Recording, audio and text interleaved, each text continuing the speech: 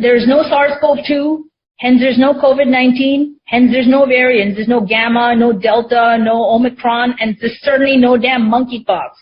Monkeypox is essentially a side effect of the jabs, folks. There ain't no new virus. If you've been injected with any of the Pfizer or Moderna or whatever, Johnson & Johnson, any of those jabs, you get monkeypox. Essentially, you're detoxifying from your skin. So I was contacted by my lab principal investigator, and who's the chief scientist of the lab, and they said they got 1,500 COVID positive samples from Southern California, and we got a huge $1.5 million grant from the NIH to do the isolation of the novel. We had 20 lab members, and we started the process of isolation and purification, characterization, and causation the way I described it should be done, the correct way, with the Koch's postulates and all. We started in late April 2020, and we went all the way through September of 2020. I mean, that's several months. And the reason is my PI, the principal investigator, wanted the test done 3 times. She wanted us to do the isolation done 3 times on the 1,500 samples. Because she kept saying, the first time when we did it, we didn't find anything. We just found cellular debris. We didn't find SARS-CoV-2. We didn't find flu. We didn't find anything, okay? Because she was upset that we hadn't isolated SARS-CoV-2. She was very much wanting to isolate and find this novel virus. So we did it 3 times, and we found the same thing, just cellular debris under the microscope the way we did it. And then, once we did the Koch's postulates, we used ferrets instead of mice. And so we had 100 ferrets that we injected this material into. And then you always have to have a control group. That means you take a control group of another 100 ferrets and you inject them with saline solution. When we injected the ferrets, okay, this is very interesting.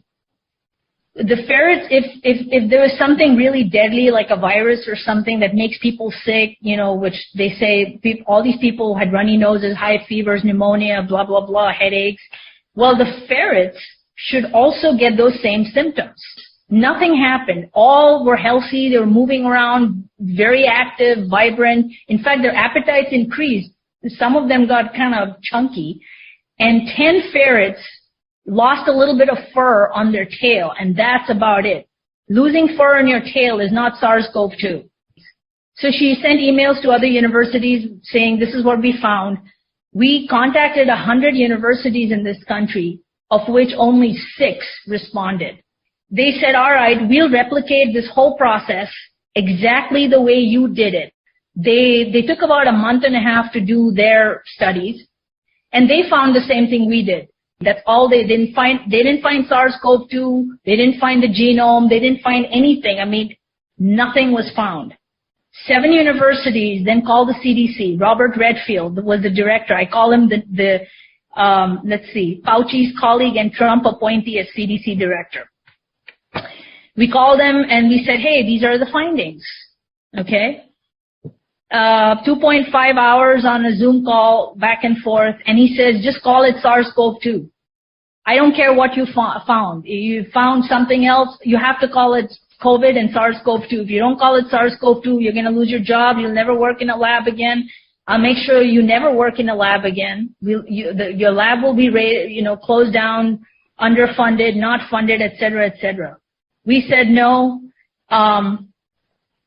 Our group decided to go ahead and publish our findings, and we went through 21 journals. The last journal that we went through Science, Nature, PLOS One.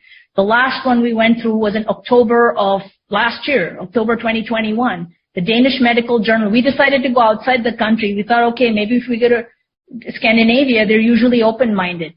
First they said, they gave us a provisional yes, and then they said no. I think the Danish government probably put some pressure or something. I don't know what happened.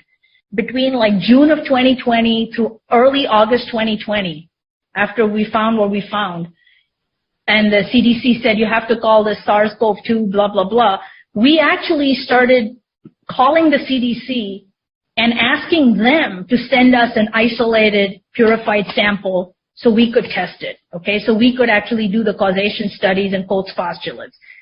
since they didn't believe that our samples were any good, we said, hey, why don't you send us just 1 or 2 samples, right? First they said they can't send it. Then they said they didn't have any samples. There's no records of any samples, et cetera, et cetera. So, and then after 2 months, they just started hanging up on us. Finally, in April of 2021, our lab was raided by the FBI. Everything was confiscated, computers, paperwork, drafts. Fortunately, me and 4 other people had saved everything. I have everything saved, including the actual paper copies. I kept those.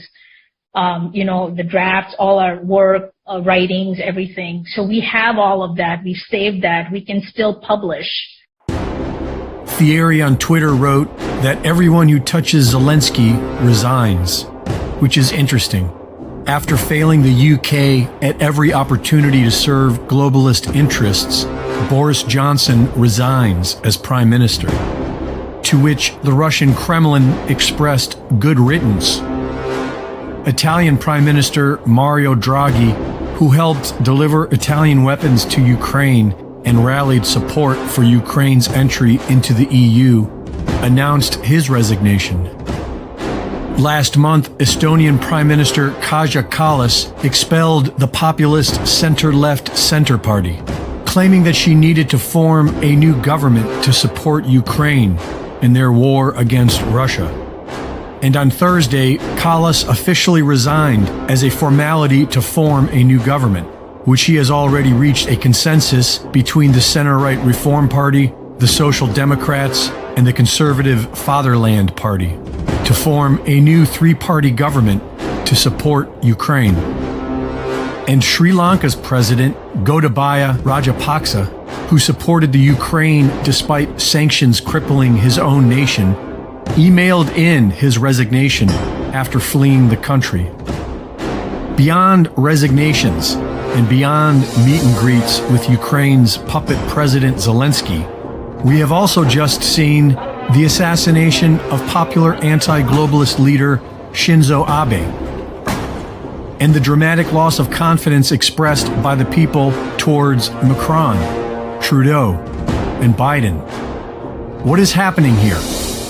On Celia Farber's The Truth Barrier, Catherine Austin Fitz explains that we are seeing a clean-out or political castration of leaders. Draghi, Johnson, Biden, Macron, Abe.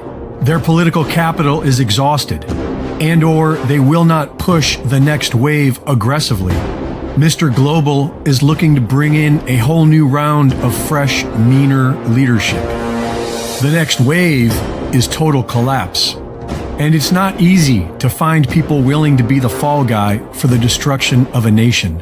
It takes a special type of person, which might explain why California Governor Gavin Newsom visited the White House right after Joe Biden was shuffled off to Israel to mumble about the Holocaust. Biden is even unsettling to the stupid, and this entire operation requires stupidity. So things are going to keep getting stranger.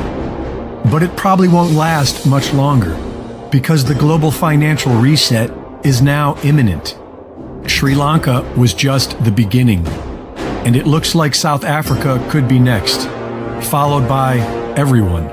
The fiat fractional reserve banking scheme has been robbing the people blind for decades, but eventually all the money runs out. And the financial pundits are all saying it's this year. The dollar has just reached parity with the euro, and fudging the numbers will no longer work. They have only one solution left, and that's war.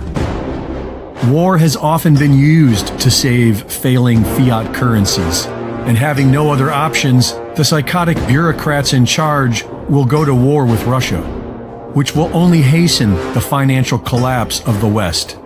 If it comes to World War III, then it will be the final death blow, making way for a new system. Which means that unless you're holding on to real money, you will soon be broke, because all that paper in our wallets and numbers on our screens is going to soon be worthless. Reporting for InfoWars, this is Greg Reese.